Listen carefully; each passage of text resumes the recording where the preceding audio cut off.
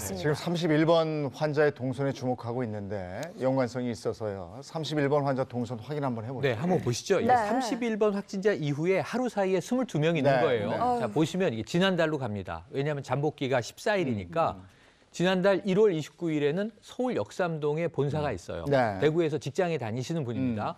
여기서 100명 정도 모인 세미나를 했다고 해요. 감염 경로를 아직 몰라요. 어디서 이제 감염이 네. 되셨는지 분이. 그리고 이번 달이 돼서 회사, 대구에 있는 회사에 출근을 합니다. 근데 이날 또 공교롭게 교통사고가 나요. 그래서 다음 날 새로 난 한방병원에 입원을 해요. 네. 근데 이때 이미 증상이 나타났어요. 네. 발열과 폐렴 증상이 있어서 의사분이 예. 자, 코로나19 검사 해보자.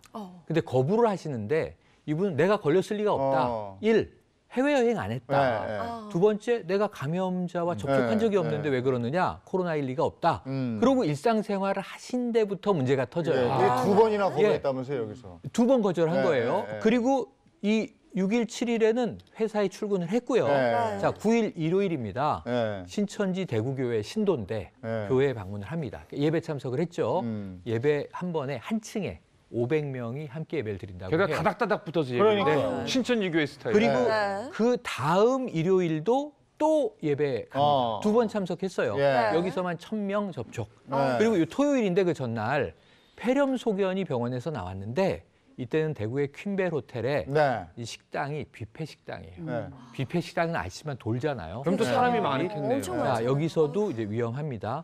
그 결과 결국은 발열이 줄지 않자 네. 세 번째 의사의 권유로 코로나19의 저 검사를 보건소에 방문해서 받고 18일 날 확진이 됐는데 네. 이분이 확진된 이후에 22명이 하룻밤 사이 늘었잖아요. 네. 이 중에 우선 최소한 15명이 같은 교회 교인들이에요.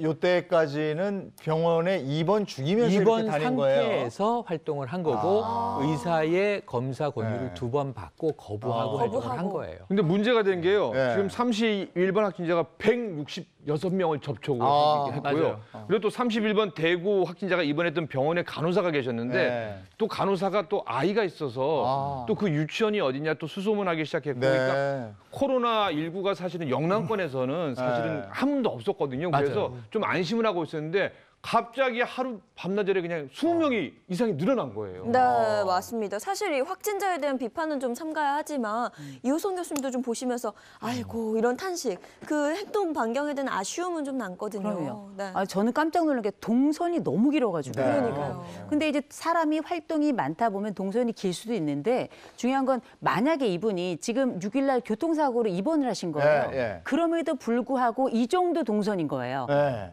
이게 교통사고가 다닌 거야, 다닌 거야. 이번 난 게 불행인지 다행인지 모르겠는데 그럼에도 불구하고 동선 이 정도인데 그게 아니었으면 더 더 심각하지 했다. 않았을까 그쵸. 그런 네, 생각 네. 들고요.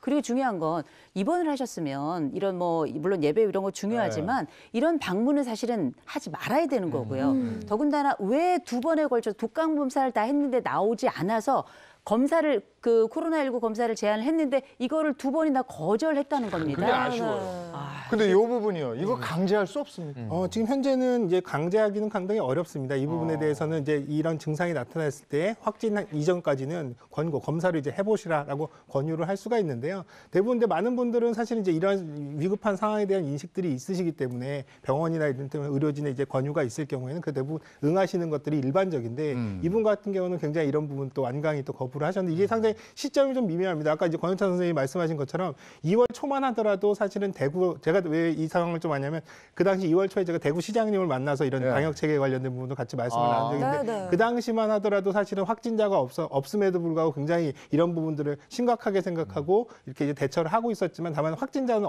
없는 상황이다라고 말씀하셔서 아마도 이제 이분이 그 지역에서는 아직 확진자가 없기 때문에 본인이 이런 증상이 있다 하더라도 사실 이런 부분들에 대해서 조금 더 경각심을 갖지 못하셨던 부분들이 아닌가 싶어요.